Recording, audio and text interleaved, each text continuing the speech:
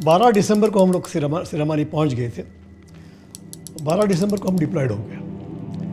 वहाँ पर fire plan बना दिया। पहला फायर प्लान था लाल पेटी, और फायर प्लान में जैसा होता है कि टप्पे टप्पे से फायर होता है, एक लाइन, दूसरी लाइन, तीसरी लाइन, जैसे महाराज के ओवर होता है। तो 4 से पहले हम फायर शुरू कर देते हैं।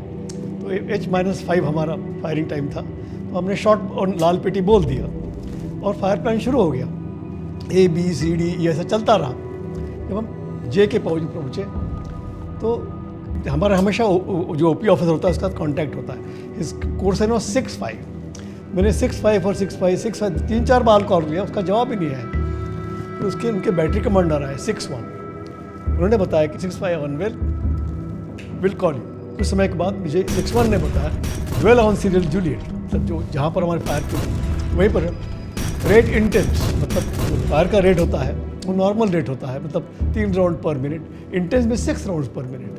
तो हमने शुरू कर दिया उसी राउंड, मतलब इन्फेंट्री वापस आ रही है, विड्रॉ कर रही है। 26 मदरा पूरी की पूरी वहाँ से विड्रॉ हो गई। मतलब हमने उनकी जान बचाई, लेकिन बैटल ऑफ सिरामानी का जो बैटल ऑनर है वो उन्होंने ले लिया, हमको कुछ नहीं मिला। ये एक लड़ाई की बुरी बात है।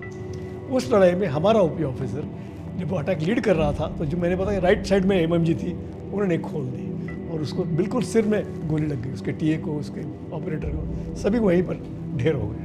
तो फिर ब्रिगेड ने तय किया कि 2 बटालियन लॉन्च करेंगे। तब पता लगा कि वहाँ पर 3 MMGs हैं, वो 1 बटालियन के साथ 1 बटालियन नहीं लड़ सकती, इसलिए उन्होंने 2C खेलाए, फर्स्ट जैक एंड रिजर्व में 4 सिख, ऐसे 3 बटालियन का अटैक शुरू कर दिया। हमारा कैप्टन अशोक नखन्ना मारा गया सिरामनी के बैटल में, जो सक्सेसफुल नहीं था। बहुत कैजुअल्टी हुए। उस ऑफिसर से मैंने बात किया था 15 मिनट पहले रेडियो के ऊपर, लेकिन 15 मिनट के बाद हुक्म आया कि कैप्टन नखन्ना शहीद हो गए। और भी कई लोग हमारे यूनिट के शहीद हो गए। पर हम तो लड़ाई में कोई ऐसा महसूस नहीं करते, हम फायरिंग कर रहे थे। अर्ली मॉर्निंग 5 बजे फिर से वही फायर प्लान शुरू हुआ, जय दुर्गी, इसका नाम बदली होता है। और 6 बजे लोग ऑब्जेक्ट पे पहुंच गए, सब दुश्मन भाग गया। और जो MMG थी, मुझे अभी भी याद है उस सरदार का नाम, सरदार बंता सिंह, लोग जोक करते हैं बंता सिंह के ऊपर। 6 फुट 3 इंच आदमी, उसने बाएं हाथ से MMG खींची, दाहिने हाथ से उस आदमी को मारा और उसको खींचा बाहर। उस आदमी के पूरे राइट चेस्ट में 8 बुलेट्स लगी थी। बाद में मैं उसको बैरकपुर पर मिलने गया था, तो बोलता साहब जी अभी तो छर्रे मार दिए, मुझे घर जाना है, अभी तो मैं ठीक हो गया हूँ। कणका पिंदी से जब कणिक जो गेहूँ जो बोते हैं, अभी वो उनको पकने का टाइम हो गया, तो मुझे काटने जाना है। ये एक अच्छा लगा हमें कि लड़ाई में हमारे साथ ऐसे जवान हैं। जो 2C खिलाड़ी ने अटैक किया था, उन्होंने कहा था, एक 65 लड़ाई की ये बात ऐसी है कि जब 2C खिला लॉन्च हुई थी तो वो टैंक हार्बर में लॉन्च हुई थी। वहाँ पर एक हवलदार और एक मेजर को छोड़ करके उनके साथ सबको मार दिया और उनको नंगा कर उनके गले में प्लेकार्ड लगा दिया कि पाकिस्तान से पंगा लोगे तो तुम्हारा ये हाल होगा। वो मेजर साहब अभी CO साहब थे और वो हवलदार था अभी सूबेदार मेजर। उसने कहा हमसे कि सर हम कैदी कोई नहीं लेंगे। CO ने बोला एक सर एक रम बॉटल। जितने भी लोग वहाँ पर थे उन्होंने डोजर से खड्डा खोदा, हमसे ही डोजर पर मार लिया था।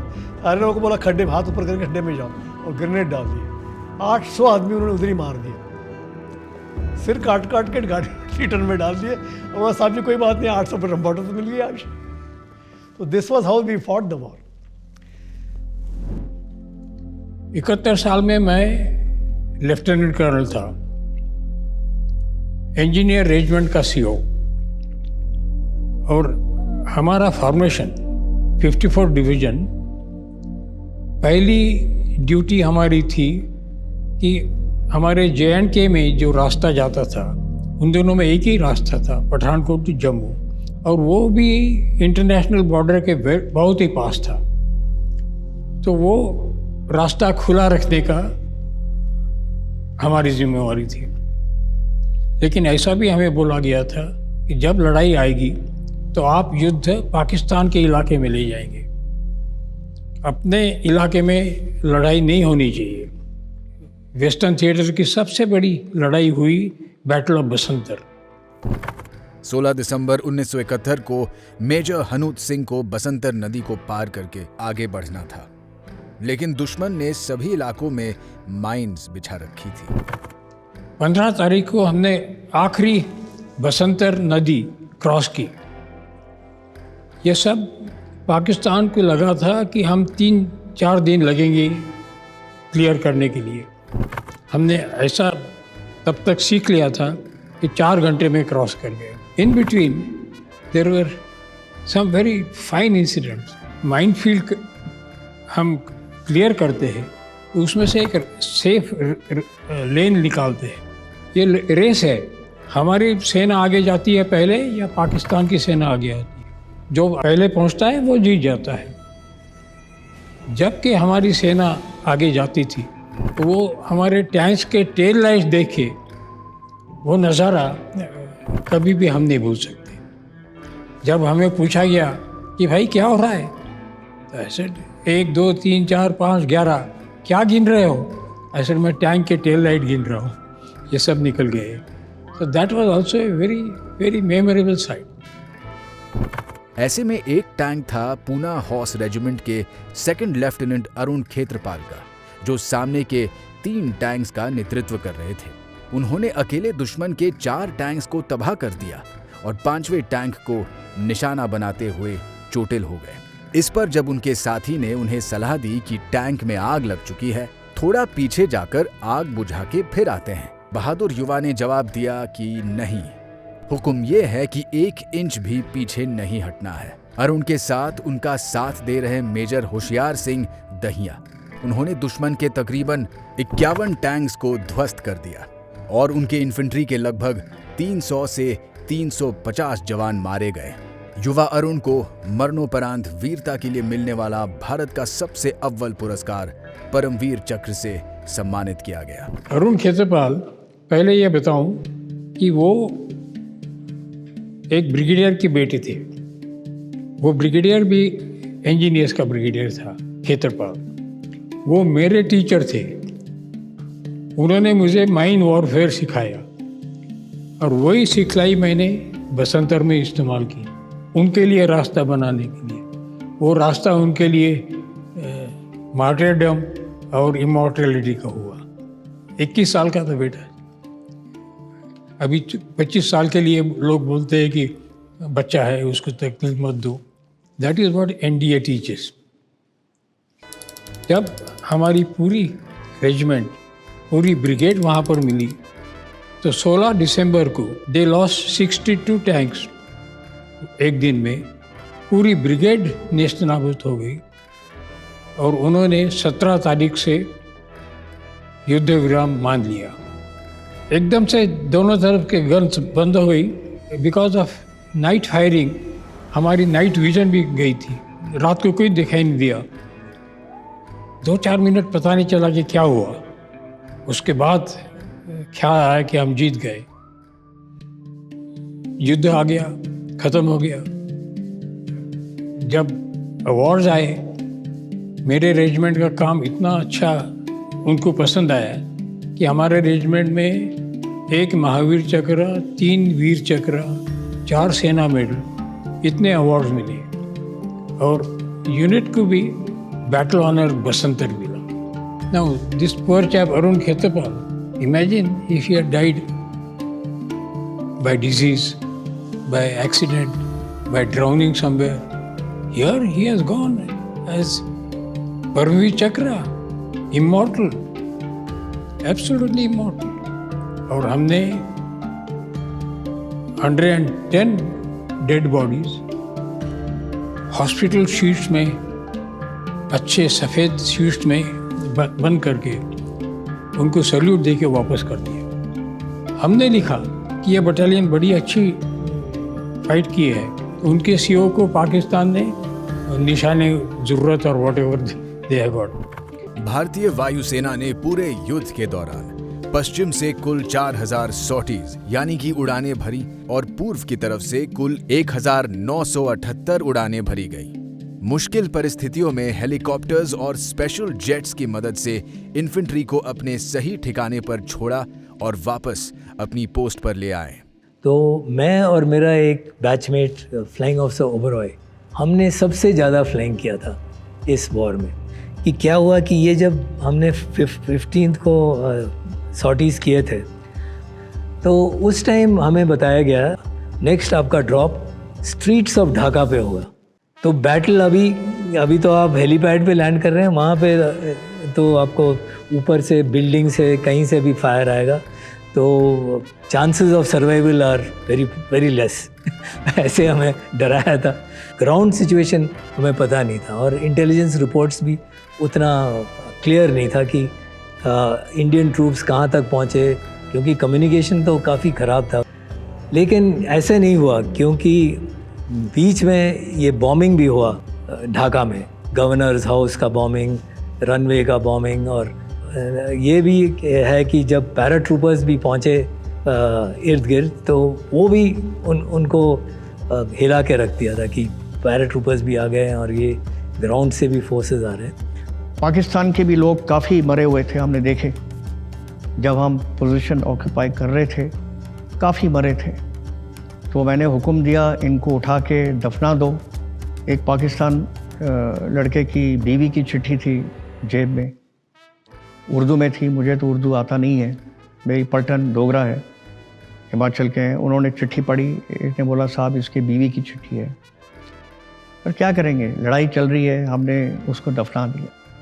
उसका कोई रिकॉर्ड नहीं है, हो सकता है उसकी बीवी आज भी इंतज़ार कर रही हो कि ये कहीं गिरफ्तार है, आएगा, लेकिन वो मारा गया था। बहुत लोग मारे थे हमने, तो इसका हमें दुख होता है, क्योंकि इंसानियत के तौर पे हमने भी काफ़ी लोगों को मारा है हमारे आर्टिलरी शेलिंग से। तो गन्स मैंने हाइड में लगाई थी। हाइड का मतलब है कि रफ्तार में थोड़ी रुकावट है, एडवांस में रुकावट है, तो गन्स को हमने साइड में डिप्लॉय कर दिए थे। और मैं कुछ पाकिस्तानी बंकरों में घुस गया। उनकी जो पोजीशन थी उन्होंने विकेट की थी। मैंने आपको बोला है कि दुश्मन पीछे भाग रहा था।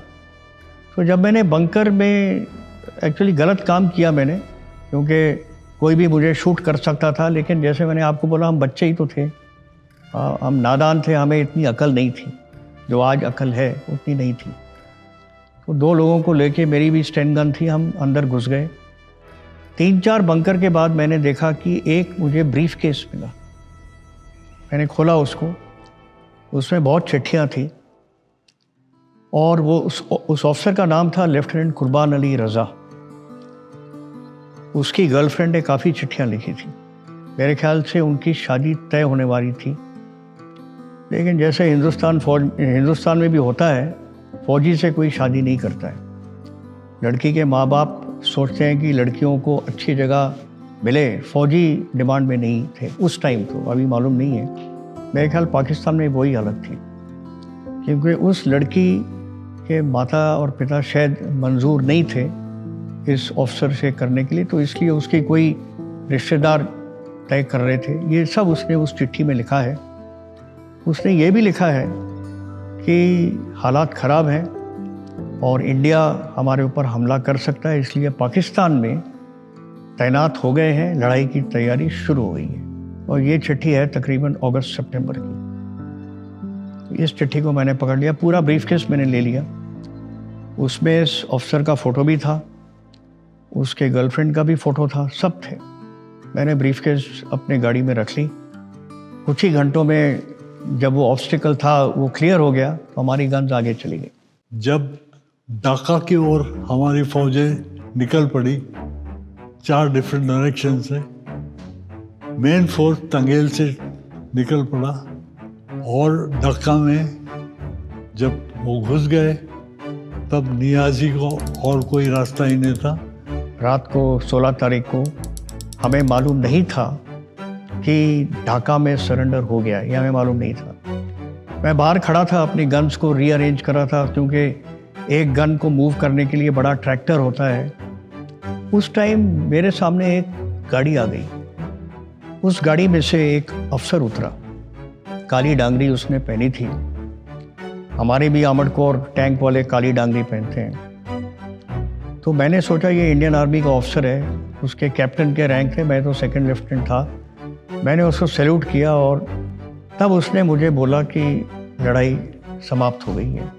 और मैं पाकिस्तानी ऑफिसर हूँ और मुझे ये रिवॉल्वर किसको हैंड ओवर करना चाहिए मैं ढूंढ रहा हूँ, क्योंकि हमको आदेश मिला है कि इंडियन आर्मी को सरेंडर करो। हमने बोला यार हमें तो कोई हुक्म मिला नहीं है और हमारे सेक्टर में तो घमासान युद्ध चल रहा था, क्योंकि 107 Pakistan infantry brigade commander brigadier Hayat ने इनकार किया सरेंडर करने से। ब्रिगेडियर हयात मेरे ख्याल से सरेंडर इसलिए नहीं करना चाह रहे थे क्योंकि यूनाइटेड स्टेट्स की 7th फ्लीट पहुंच गई थी बे ऑफ बंगाल में और ब्रिटेन की भी फ्लीट अरेबियन सी में आ रही थी, क्योंकि दोनों देश पाकिस्तान को मदद कर रहे थे, हमको नहीं कर रहे थे मदद। चाइना ने भी जो हुक्म दिए थे, हमारी कुछ ब्रिगेड चाइनीज़ फ्रंट के ऊपर थी, नीचे नहीं आई। रंगपुर को हमने हमला करना था 16 दिसंबर को, और उस टाइम सीज़ फायर हो गया और लड़ाई ख़त्म हो गई। उसके बाद हम रंगपुर से दिनाजपुर गए। दिनाजपुर में हमको बहुत ज़बरदस्त वेलकम किया गया और आखिर में मैंने खुद एक गार्ड ऑफ ऑनर दिया मिस्टर अब्दुल रहमान जो कि मिनिस्टर थे। सरेंडर ऑफ पाकिस्तान के नायक और एक दक्ष अफसर की जिनका नाम था जैक फर्ज रफेल जेकब एक ऐसे व्यक्ति थे जिनकी सूझबूझ और समझदारी ने लेफ्टिनेंट जनरल नियाजी को सरेंडर के लिए राजी किया। 17 तारीख हो गई थी, फायरिंग शुरू कर दिया। जब आगे अजीत आप्टे साहब क्रॉस कर रहे थे मानफील्ड, तब एक अमर कोर का ऑफिसर आया और उसने बताया कि sir the war is over. Then I asked my commanding officer, he said yes Saptanekar, empty guns, cease fire. Swaran Singh announced a unilateral ceasefire. We have repeatedly declared that India has no territorial ambition. Now as the Pakistani armed forces have surrendered in Bangladesh and Bangladesh is free, it is pointless in our view to continue the present conflict. लड़ाई कब शुरू होती है, कब समाप्त होती है? Air attack से और आर्टिलरी गन से लड़ाई शुरू होती है, और जब एयर स्ट्राइक बंद हो जाते हैं और हमारी आर्टिलरी बंद हो जाती है, मतलब युद्ध समाप्त है। और हम कॉर्डर मिला के खुलना के सर्किट हाउस में चले दुश्मन का सरेंडर के बंदोबस्त करने के लिए, क्योंकि 107 पाकिस्तान ब्रिगेड अभी सरेंडर करेगी। हम पहले खुलना गए अंदर, स्कूल के अंदर वो बिल्डिंग में दुश्मन के 3 रेजिमेंट सरेंडर करने के लिए तैयार थे। मेरे ख्याल एक थी 55 फील्ड रेजिमेंट तोफखाने की, दूसरी थी 38 फ्रंटियर फोर्स और मेरे ख्याल पंजाब बटालियन थी उनकी, और उनका कमांडर भी उधर ही था 107 ब्रिगेड का ब्रिगेडियर हयात। तो हमने पूरा बंदोबस्त किया। अच्छा, वो पाकिस्तान ऑफिसर ने तो हमारी अच्छी खातिर की, चाय दिया, पकौड़े बनाए उन्होंने, और एक दूसरे के साथ हम लोग जैसे नॉर्मल इंडियन आर्मी ऑफिसर बात करेंगे ऐसे बातचीत शुरू हो गई। मैंने एक ऑफिसर को देखा, उसको पहचान लिया, क्योंकि उसका फ़ोटो मेरे पास था, उसी के बंकर से मैंने ब्रीफ केस लिया था। उसका नाम था कुर्बान अली रज़ा। तो मैंने उसको बुलाया, मैंने कहा तुम हो लेफ्टिनेंट कुर्बान अली रज़ा? बोलता है हाँ, आपको कैसे मालूम? मैंने कहा मैं समझाता हूँ क्या हुआ है। तुम भाग गए, तुम्हारे बंकर से मैंने तुम्हारा ब्रीफ केस ले लिया, और मैंने कहा तुम्हारी गर्लफ्रेंड को हिम्मत थी कि इंडिया को बोलो क्रश इंडिया, तब उसने बोला ब्रीफ केस मुझे वापस दे दो। मैंने कहा नहीं दूंगा। लेकिन हमारा एक मुस्लिम ऑफिसर था हमारी रेजिमेंट में, लेफ्टिनेंट मिर्ज़ा हसन रिज़ा। जब मैंने उसका नाम लिया तो पाकिस्तानियों ने मुझे पूछा कि आपके फ़ौज में मुस्लिम हैं? मैंने कहा है, काफ़ी हैं, हमारे थल सेना में, नाव सेना में, वायु सेना में मुस्लिम है। तब उन्होंने उससे पूछा कि आप कहाँ के रहने वाले हो? तो रिज़ा ने बोला कि वो लखनऊ का है। तब ये कुर्बान अली रज़ा ने बोला मैं भी लखनऊ का हूँ, इंडिया का। बाद में पता चला कि वो सेंट फ्रांसिस स्कूल में पढ़े थे 1956 साल तक। उस स्कूल में मैं भी पढ़ा था 1 साल 1960 में। तब मैंने इरादा कर दिया कि अभी ये तो गिरफ्तार हो ही गया है, इसको मैं इसका ब्रीफ केस वापस कर देता। उसकी गर्लफ्रेंड का फ़ोटो मैंने ज़रूर रखा तकरीबन 1 घंटे के लिए। खूबसूरत लड़की थी, कहाँ होगी वो, उसको अगर पता चला कि उसका फ्रेंड गिरफ्तार हो गया है और उसका फ़ोटो किसी दुश्मन ऑफिसर के पास है, ये मैंने ठीक नहीं समझा। मैंने वापस कर दिया, उसका पूरा ब्रीफकेस वापस कर दिया। लेकिन उस लड़की की चिट्ठी रखी है मेरे पास, आज भी है। 50 साल हो गए, मैंने उसको लेमिनेट कर दी है और मेरे पास है। लेकिन उस ऑफिसर का फ़ोटो भी मेरे पास है। जब हमने खुला में सरेंडर सेरेमनी किया तब मोहम्मद हयात सितारा ज़ुर्रत वो हमको बता रहे थे कि हमको मालूम है 7 फीट आ चुकी है और हमको ले जाएंगे खुलना से। हमने कहा नहीं, हम यहाँ बैठे हैं, आपको कहीं नहीं जाने देंगे, सरेंडर करो वरना हम आपको मुक्ति पाने का हैंड ओवर कर देंगे, चॉइस इज योर्स। नहीं तो हम जिनेवा कन्वेंशन के मुताबिक आपकी देखभाल करेंगे, हम उनको प्रॉमिस था हमारा। तो उन्होंने सरेंडर की में साइन कर दिया और GOC टू सरेंडर इन खुलना। मैं काफ़ी जवानों से उधर मिला। एक जवान मेरे उनका एक जेशो मेरे पास आया और उससे पूछा कि सर क्या आपके पिताजी अंग्रेजी फ़ौज में थे लीबिया में? मैंने कहा हाँ। तो साहब मैं उनका ऑर्डरली था 55 बलूच रेजिमेंट साहब मैं इन्फेंट्री में था, अभी 55 बलूच में आया हूँ। मैं जानता हूँ आपके पिताजी का, अभी जानना है वो कहाँ है। कोई फ़र्क नहीं पड़ता क्यों? तो साहब इस फिर से फ़र्क पड़ता है कि हिंदुस्तानी फ़ौज के जवान अफसर और हमारा बलूच पठान कि अगर एक फ़ौज बनाई जाए तो दुनिया में अव्वल नंबर की फ़ौज होगी, उसको कोई हरा नहीं सकता। This is the best compliment I ever got.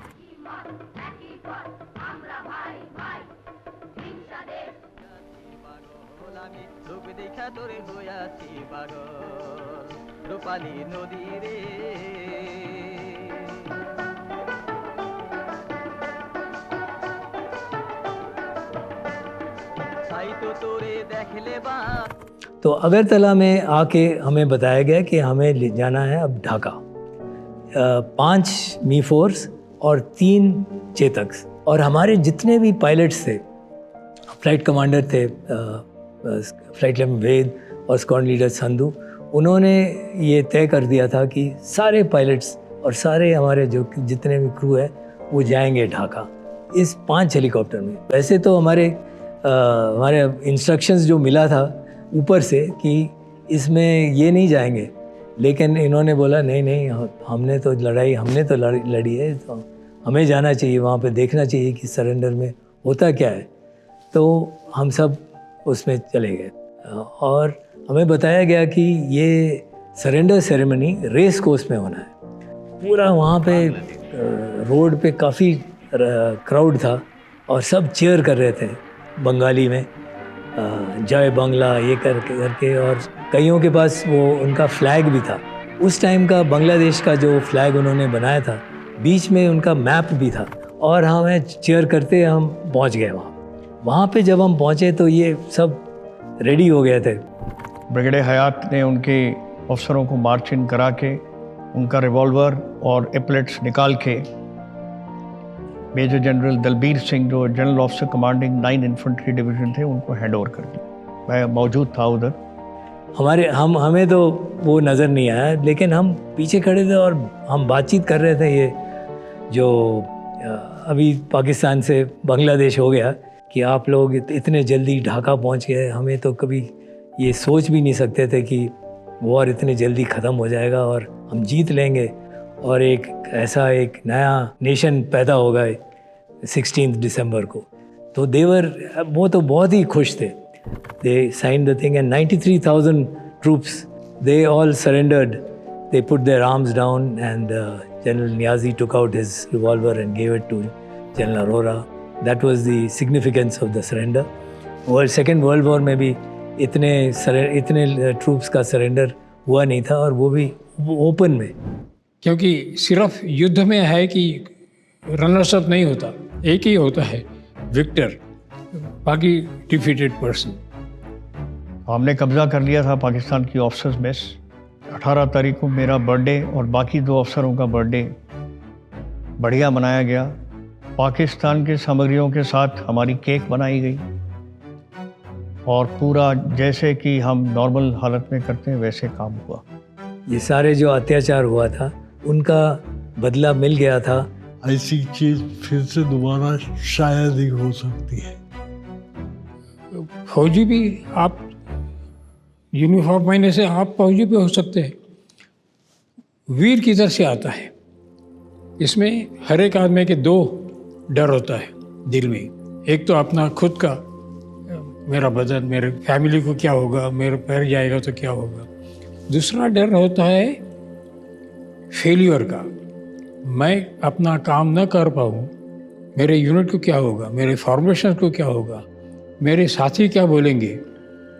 ये जब डर फिजिकल फियर से ज़्यादा होता है, जब आदमी फिजिकल फियर भूल जाता है, एंड जब मोरल ऊंचा होता है, एक यूनिट में भाईचारा, कोहेजन, लीडरशिप अच्छी होती है, उस वक्त fear of failure is more than fear of getting wounded or getting dead, and that is where Indian army won 71 war में।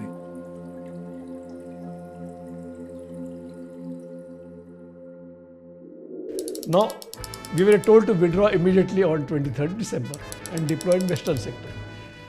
Like normal drill, we have to halt after every 1 hour as a convoy. So we halt at a place where I saw an old lady trying to put her hut in order.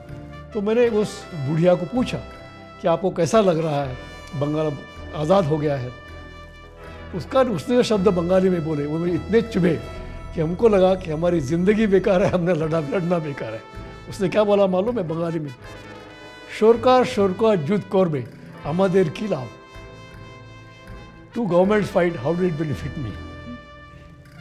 उन्होंने बोला कि मेरी बिटिया को उन्होंने rape कर दिया, मेरे बेटे लेकर के गए, मुझे भी नहीं छोड़ा, अब मेरे पास क्या बचा है। तो मैंने मेरे जवानों को बोला कि बुढ़िया को मदद करो, उसकी कुटिया बना दो, हमारे पास आधा घंटा है। आधे घंटे उन्होंने कुटिया बना दी और हम लोग चल पड़े। तो ये लड़ाई की कहानी थी।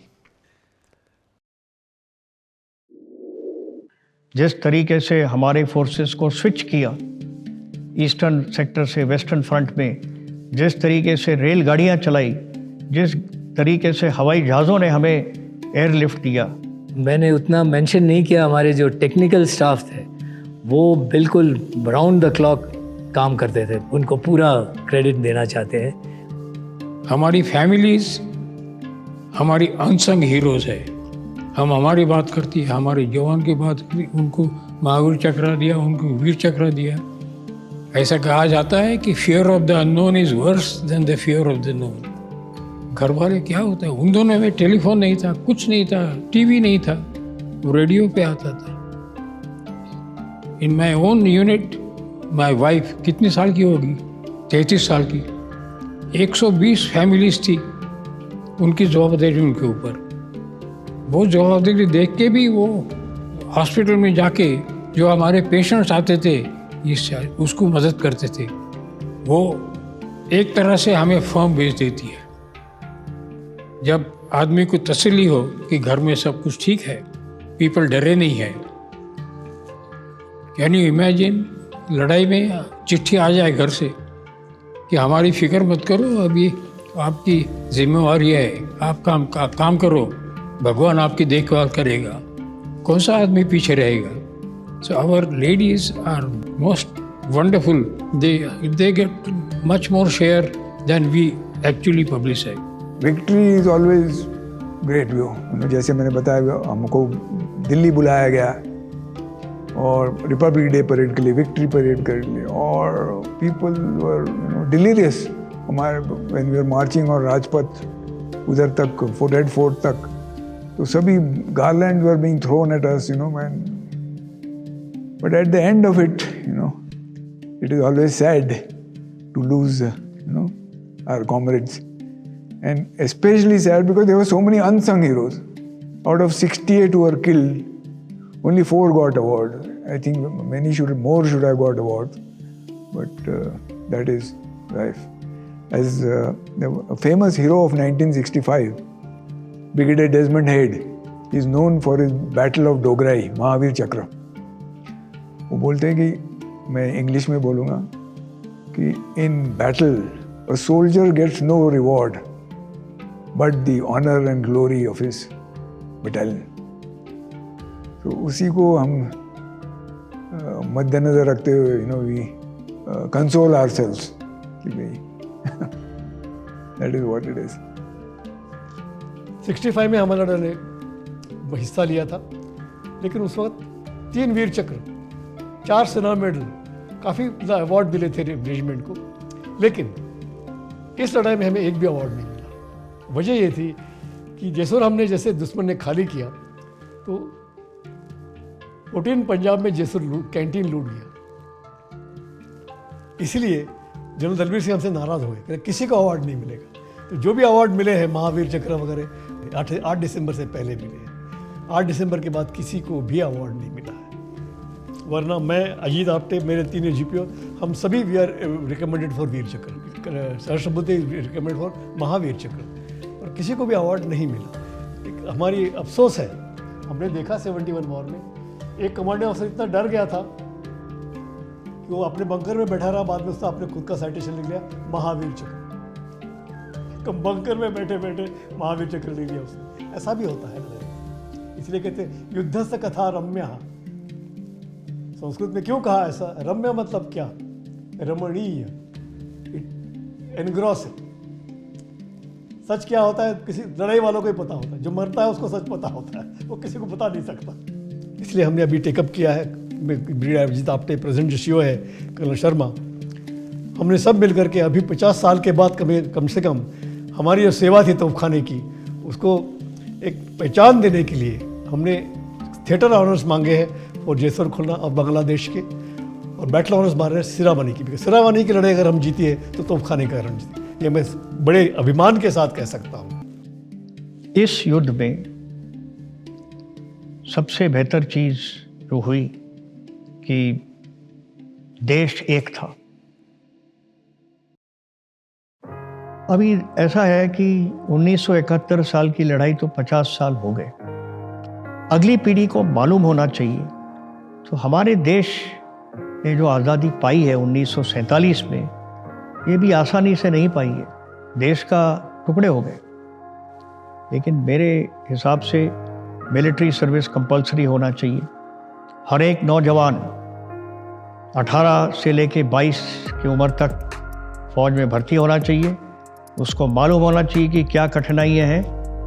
आज अगर देश आराम से सो रहा है, इस समय हमारे लोग 22,000 फीट के ऊपर पेट्रोलिंग कर रहे हैं, बर्फ़ के अंदर -50 डिग्रीज में। ये देश को महसूस करना पड़ेगा। मुझे आश्चर्य होता है कि क्यों हमारे लोग नहीं आते, क्यों हिंदुस्तानी लोग फौज में नहीं आते। किसी भी मिनिस्टर का, किसी भी IAS ऑफिसर का बेटा या बेटी, कोई भी फौज में नहीं। सभी फौजी है, फौजी के बेटे हैं, और वही पूरा हिंदुस्तान आज चला रहे हैं। Motivation of the troops is an example for the younger generation. Younger generation के लिए एग्जाम्पल है कि भाई क्या लेवल ऑफ मोटिवेशन है, कि क्या बलिदान, कितना बलिदान कर सकते हैं हम कंट्री के लिए। There is no line which is good or bad. If you are good in that line, that is excellent for you. If I want to be a runner and I get a gold medal, that is good line. If I want to do a painter, do something else. But soldiering is something which is way above all other profession. Don't count it in terms of money. हमें पैसे की कमी नहीं है, लेकिन पैसा ज़्यादा भी नहीं है। हमें फिक्र भी नहीं है, हमें कोई ज़्यादा पैसा देगा मुझे पता ही नहीं चलेगा क्या करूँ उससे। Please speak up what you like. Don't start thinking कि what is my annual income. I am 88 now. I still get 8 hours sleep. I still like to eat my 3 foods. I still go for my walk. I do this thing. I play golf. और क्या चाहिए? So satisfaction is more important than getting into rat race. और दूसरा, again, you all may not like, our family life is getting disturbed because both husband and wife are fully occupied in the work. And if you go into the work, you have to attend to your work. You can't do half-hearted. Children are getting neglected. Parents are now buying affection from children. क्या भाई उसको दे दो, ये थोड़ा खुश आ जाएगा। But जब when you satisfy the need or want of a man, his wants keep on increasing. So give the spiritual training to your people. Build up the home. In the home, there is no competition. No competition. Between husband and wife, there is a complementary responsibility, not competitive. लेकिन जिसमें वो मादा है, लड़ने की हिम्मत है, ज़रूर फौज में जाना, लेकिन अपने घर में बता करके जाना कि मैं लौटूंगा नहीं, ये ध्यान में रखना। So my final message is, the armed forces are always there for the country. It is not only against external aggression, but the armed forces have supported this nation in everything.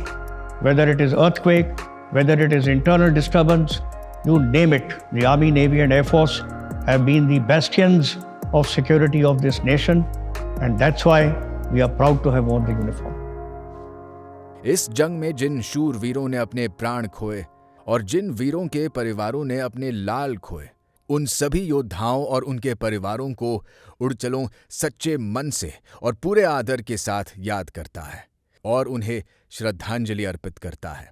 ऐसे योद्धा न कभी बने थे और न ही कभी बनेंगे, क्योंकि ये अमर है और अमर ही रहेंगे।